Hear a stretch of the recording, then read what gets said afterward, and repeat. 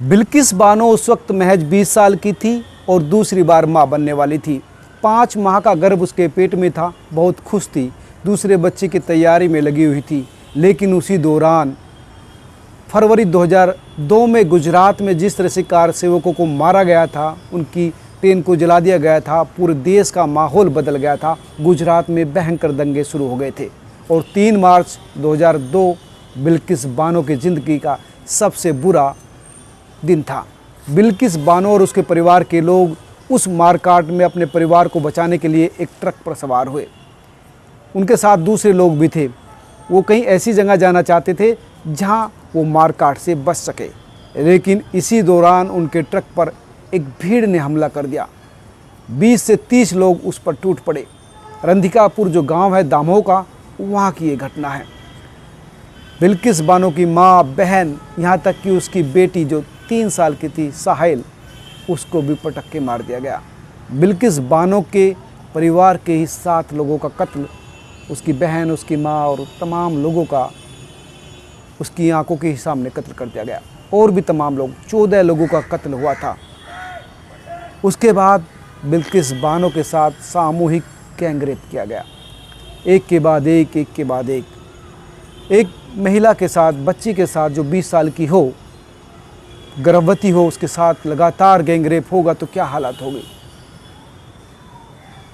वो बताती है कि उसके बाद मैं बेहोश हो गई और लगभग 3 घंटे तक बिल्किस बेहोश पड़ी रही। बिल्किस का कहना है कि जब मुझे होश आया तो मैं बिल्कुल निवस्त्र थी, नंगी पड़ी हुई थी। मेरे चारों तरफ मेरा कपड़ा नहीं था, देखा तो फटा हुआ पेटीकोट पड़ा है। लेकिन मुझे लगा कि अगर मैं थोड़ी सी देर भी रुकी तो जिंदा नहीं बचूंगी।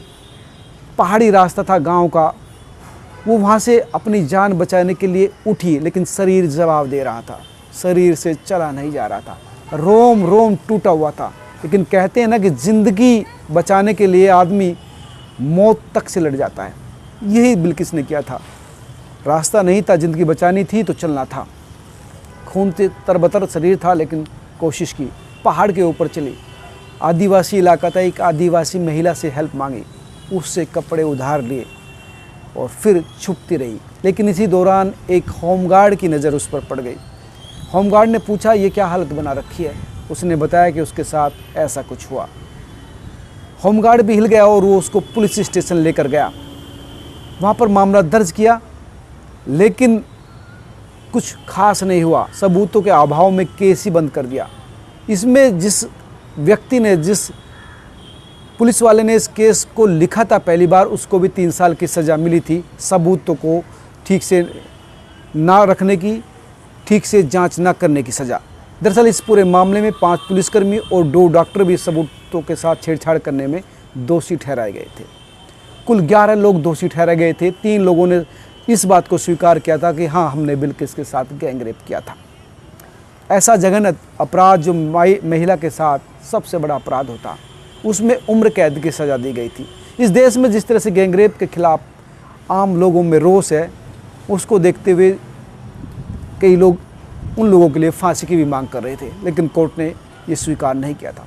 लेकिन अब इस केस का एक आदमी, एक आरोपी नहीं, एक दोषी सुप्रीम कोर्ट जाता है और अपने पूरे इस बात को रखता है कि हमने 18 साल जेल में बिताए हैं। दरअसल ये लोग 2004 में ही अरेस्ट कर लिए गए थे। 2008 में विशेष सीबीआई की अदालत ने इनको आजीवन कारावास की सज़ा सुनाई थी, जिसको फिर बॉम्बे हाई कोर्ट ने भी सच रखा था।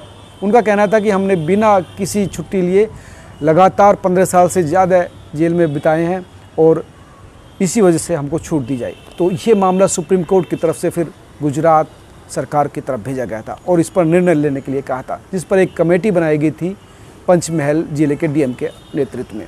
वहाँ उसने इस पूरे मामले के तमाम 11 आरोपियों को छोड़ने का फैसला किया और जिस पर अब लोग सवाल उठा रहे हैं। उनका कहना है कि कैसे इस तरह के लोगों को, जिन्होंने एक महिला के खिलाफ इतना जघन्य अपराध किया हो, जिसमें 14 लोग मारे गए हो, 7 लोग तो बिल्किस बानो के परिवार से थे, 6 लोग जो बिल्किस के परिवार थे उन्होंने किसी तरह से जान बचाई थी। कैसे ऐसे लोगों को फिर से छोड़ा जा सकता है। लेकिन पंचमहल के डीएम का और गृह जो मंत्रालय है वहाँ का कहना था कि कानून के हिसाब से ये लोग अपनी सज़ा पूरी की चुके थे और सुप्रीम कोर्ट ने भी कहा था। तो तमाम जो मानक देखे जाते थे कि हैं कि जेल में इनका व्यवहार कैसा है, उम्र कैसी है, बीमारी की स्थिति क्या है, उस आधार पर हमने निर्णय लिया।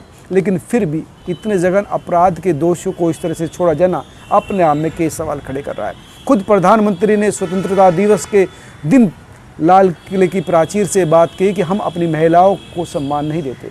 उनके खिलाफ जिस तरह की भाषा का, व्यवहार का उन्होंने जिक्र किया, वो अपने आप में शर्मिंदगी के विषय है।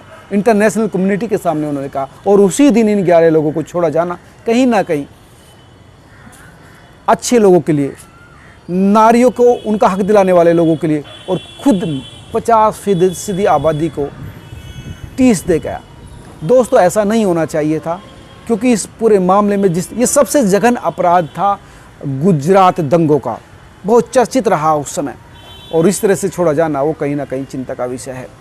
इनको फिर से इस पूरे मामले की एनालिसिस करनी चाहिए, अन्वेषण करना चाहिए, और देखना चाहिए कि ये लोग अगर समाज में जाएंगे तो फिर कोई नई बिल्किस बानो इनका शिकार ना बने, क्योंकि आदमी नहीं बदलता, प्रकृति नहीं बदलती।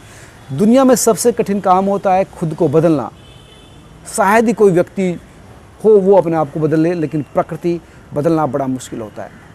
ये थी दोस्तों बिल्किस बानो की कहानी, उस लड़की की कहानी जिसने अपनी आंखों के सामने अपनी परिवार को कटता मरता खपता देखा, अपनी बच्ची जो 3 साल की थी उसको दम तोड़ते देखा, उसको पटक कर मारा था। 5 माह का गर्भ था उनके अंदर। हालांकि सुप्रीम कोर्ट ने बिल्किस बानो को 50 लाख रुपए, एक घर, नौकरी देने का आदेश दिया था हाई कोर्ट को, लेकिन अभी तक शायद वो पूरा नहीं हुआ है, क्योंकि बिल्किस बानो के पति का फिलहाल कहना है कि बहुत स्थिति खराब है, हम अब भी डर के साए में रह रहे हैं। 2 साल के अंदर ही बिल्किस बानो को 20 ठिकाने बदलने पड़े थे। ऐसे हालात में कैसे उस महिला की सुरक्षा की गारंटी समझी जा सकती है, वो जिसने खुद इस तरह से संघर्ष किया हो और इन लोगों को सलाखों के पीछे पहुंचाया हो।